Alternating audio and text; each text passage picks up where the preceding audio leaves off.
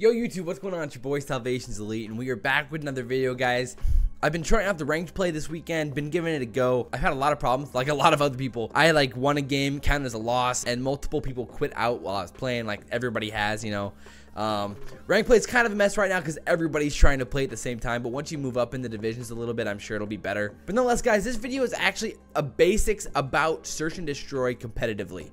So basically what it takes, the basics for a new player or a newer player, someone who's just trying to learn basically how competitive search and destroy works and what you have to do to be successful in it. So really there's just a few basics to search and destroy and competitive in general that you have to know, and then there's basics for offense and basics for defense. So we're going to start with the general basics and then move from defense to offense. So really the foundation for all of competitive Call of Duty and really any competitive video game in general, I think all sports and really any sport at the end of the day, is communication. And really the pre-round communication in search and destroy is so important. You have to go into each round with a plan. That communication saying, all right, I'm going A side, I'm going to snipe, I'm going to watch the cross, and then your teammates are saying, okay, I'm going to grab bomb, push in, and your other teammate's like, all right, okay, I'm going to watch flank, play the angles, and then the other guy's like, okay, I'll watch mid, and then rotate to you once you get a push into A, something like that. If you have some sort of pre-round communication, that you have a plan, a setup, and you have some sort of idea of where your teammates are going to be, where they're going to be watching, that creates so much stability when you're playing in the rounds. And even bad teams that are really struggling, as long as you have a pre-round plan, it may not even have to be a good plan, but a plan itself can win games as long as you understand where each other are going to be and how you guys can play together to push towards a bomb. So the second big idea is really actually pretty simple. It's just that you have to know callouts. If you don't know your callouts, how can you actually communicate with your team? If you see a guy crossing towards docks or something, if you're playing London docks, he's crossing to lights or he's at barrels or he's at statue, you know, and as a team that has to always be able to register in your mind, basically the goal of communications is to be able to have a bird's eye view of the map in your mind and know where each player is on the map. It's like, all right, I'm watching here, he's watching there, you know, I mean, at the end of the day, that is so important to be able to have a bird's eye view in your mind because of callouts to understand, all right, if he's pushing towards docks and this guy's pushing on the flank, I have to expect that I'll be able to shoot at docks guy, and once I shoot at docks guy, somebody will be behind me, I can turn around and try to pre-aim that. Really the third basic of search and destroy that has an effect on offense and defense is pre-nades. Knowing the pre-nades and then realizing how the opposing team is using pre-nades. And in-game adjustments can really be the difference between a good team and a great team, or even an average team and a good team, you know, and it really moves you up the tier. Where, for example, like St. Marie Dumont, you can identify how often they pre-nade over at B side at the gates and understand, all right, if they're pre-nading twice generally at the gates, we can wait it out, then smoke and push and trade kills to get a bomb down. Or on Ardennes Forest, all right, they're pre-nading mid, so it's tough for us to rush defensively through mid. So really we need to play slow, use A and B side to kind of maneuver and get into the fire cuts to then push into mid. And it's like you have to communicate as a team, have those conversations, understand what the opposing team is doing in game, and then go from there. So the issue is that you can hear everything that I'm talking about, and like even me, I have a lot to work on when it comes to this type of stuff. When it comes to communication, pre-round communication can be really tough, especially if your team's not playing well. Say you're down 4-1 or maybe even 5-2, something like that, and you're like, guys, we're screwed, no point in even trying. But I mean, at the end of the day, if you have some sort of plan, like, all right, we're coming back, we're gonna do this, we're gonna set up it be this way, and you guys, you're gonna be here, I'll be here, and you guys will be there, and you have some sort of plan, that can completely turn around a game and give you the confidence and the stability that you need to make some sort of comeback. So when it comes to communication, the final thing that I kind of want to talk about before we get into the offense and defense, you have to talk about what you are and what you aren't seeing.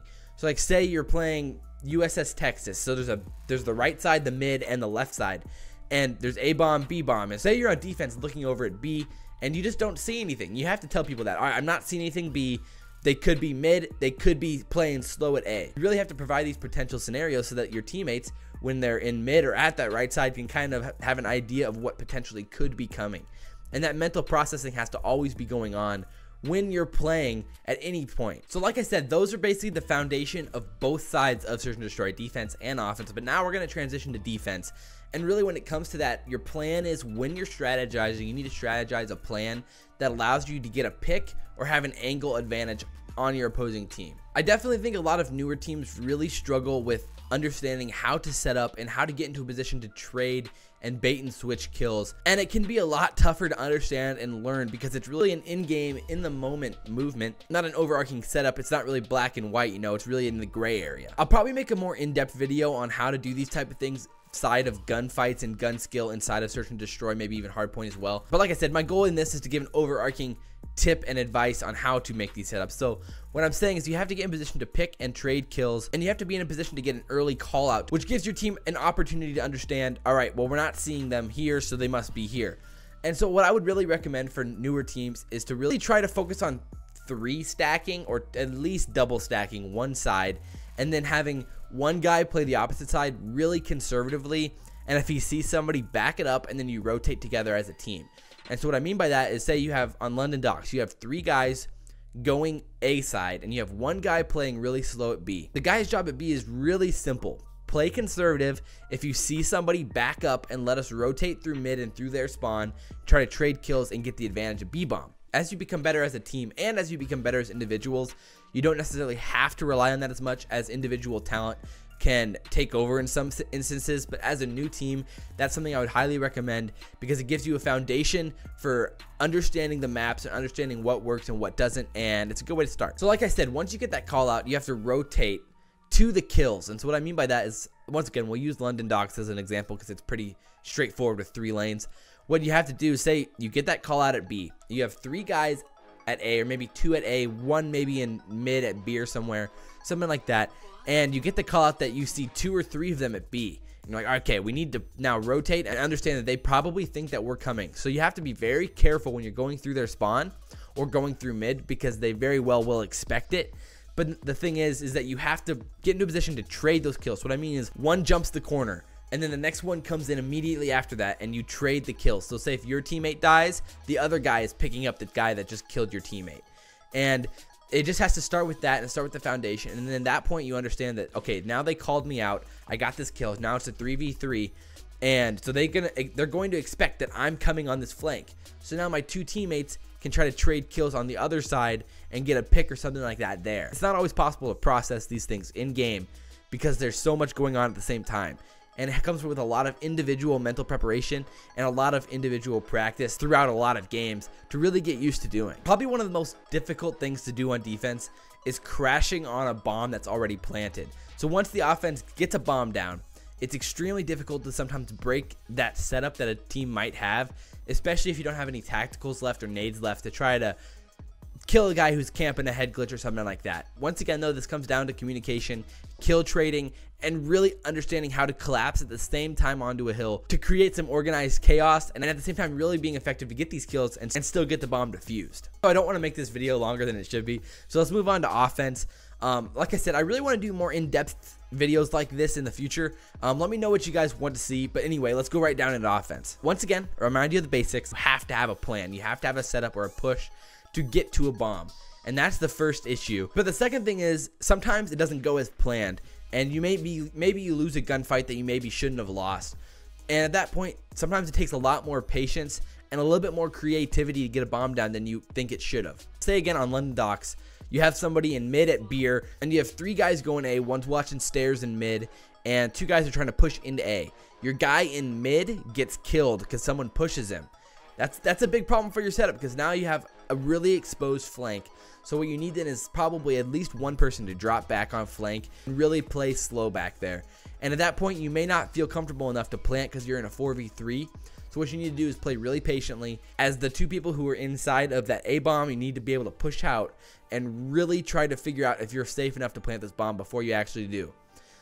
Obviously, once in a while you can get risky and try to plant. It's not the worst idea ever, but it's safer to first clear the area and then plant. So it really is tough sometimes because it really is an ebb and flow. It's a give and take on offense where you have to get into a position to get this bomb down, and it's a lot tougher to do than it sounds.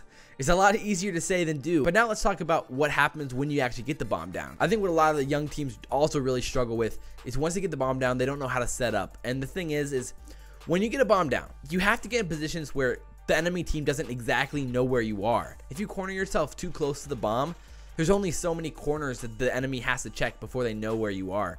And so if possible, I would love to see teams get a bomb down and be able to set up a little bit farther away from the bomb.